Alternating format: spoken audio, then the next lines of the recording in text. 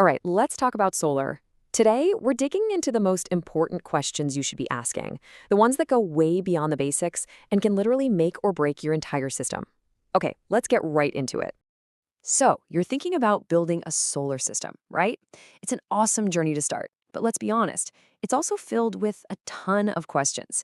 And most people start in the exact same spot.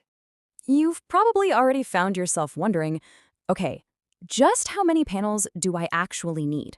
Or maybe you're getting tangled up in that classic debate. Should I wire them in series or in parallel? These are totally the standard starting points, and they're good questions. But here's the thing. The really critical questions, the ones that prevent catastrophic, expensive failures, are usually the ones that beginners don't even know they're supposed to be asking. And that's exactly what we're gonna fix today. For example, did you know that there's a hidden risk that can instantly, and I mean instantly, destroy your charge controller? The brain of your whole system, on a perfectly sunny but really cold morning? Yeah, it's a thing. So in this explainer, we're gonna uncover those answers. We're moving past all the surface level stuff to give you the knowledge you need to make sure your system isn't just working, but that it's genuinely safe and reliable for the long haul. First up, panels, power, and reality. This is all about getting past that simple question of how many and into what you truly need. So let's tackle that first big one head on. How many solar panels do I actually need? The answer isn't just guesswork. It's a pretty simple calculation, but there's a huge catch.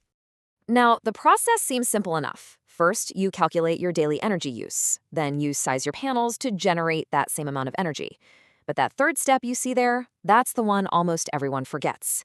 You must account for real-world system losses. Look, your system is never going to be 100% efficient. It just isn't.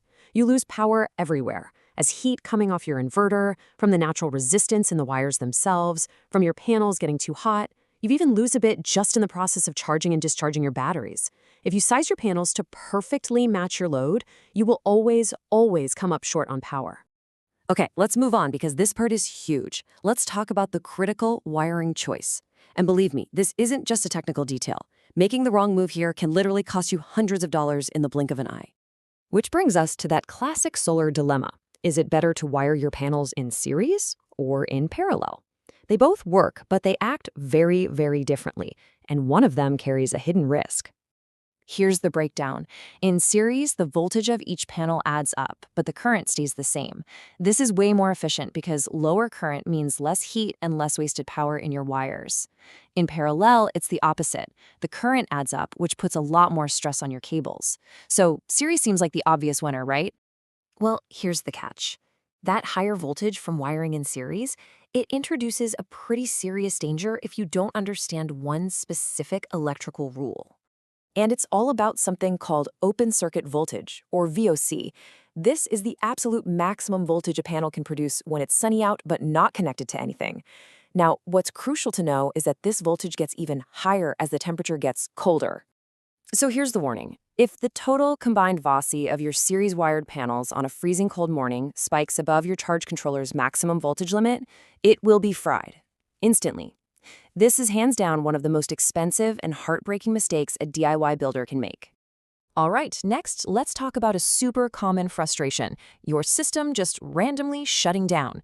We're going to get into the truth about what's going on with your inverter, something called surge current, and your batteries. So you go to flip on a switch for your water pump or your fridge kicks on, and suddenly, poof, everything goes dark. The inverter shut off. Why does that happen, even when you know the appliance's running watts should be totally fine for your inverter? The answer is surge current. Things with motors and compressors, they draw this massive but very brief spike of power just to get started, often many times their normal running wattage. Your inverter might be able to handle the long marathon, but it's failing at that initial sprint. But really, it's even deeper than that. That huge surge is pulled directly from your battery. And if your battery's management system, the BMS, which is basically its safety computer, can't handle that massive sudden demand, is going to do its job and cut the power to protect the battery. And that shuts your whole system down. The bottleneck often isn't just the inverter, it's actually the battery. And this leads us to the most important part of any build, period, the unbreakable safety rules.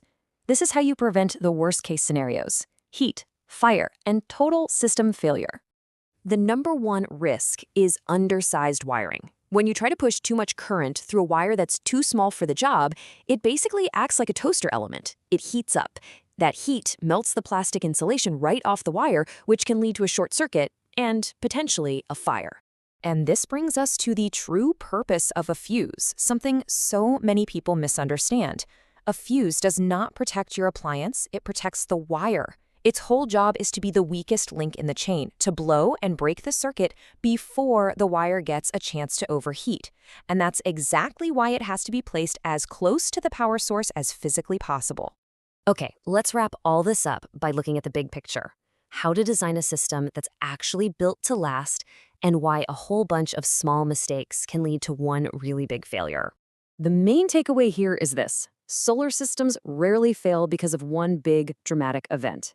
They fail because of a series of small, seemingly minor design mistakes. The wrong wire size, ignoring cold temperatures, a mismatched battery, that all compound and add up over time until the system finally breaks. At the end of the day, your solar system is only as strong as its weakest link. So after everything we've talked about today, from voltage spikes and surge currents to putting your fuses in the right place, which link in your design are you going to go back and strengthen first?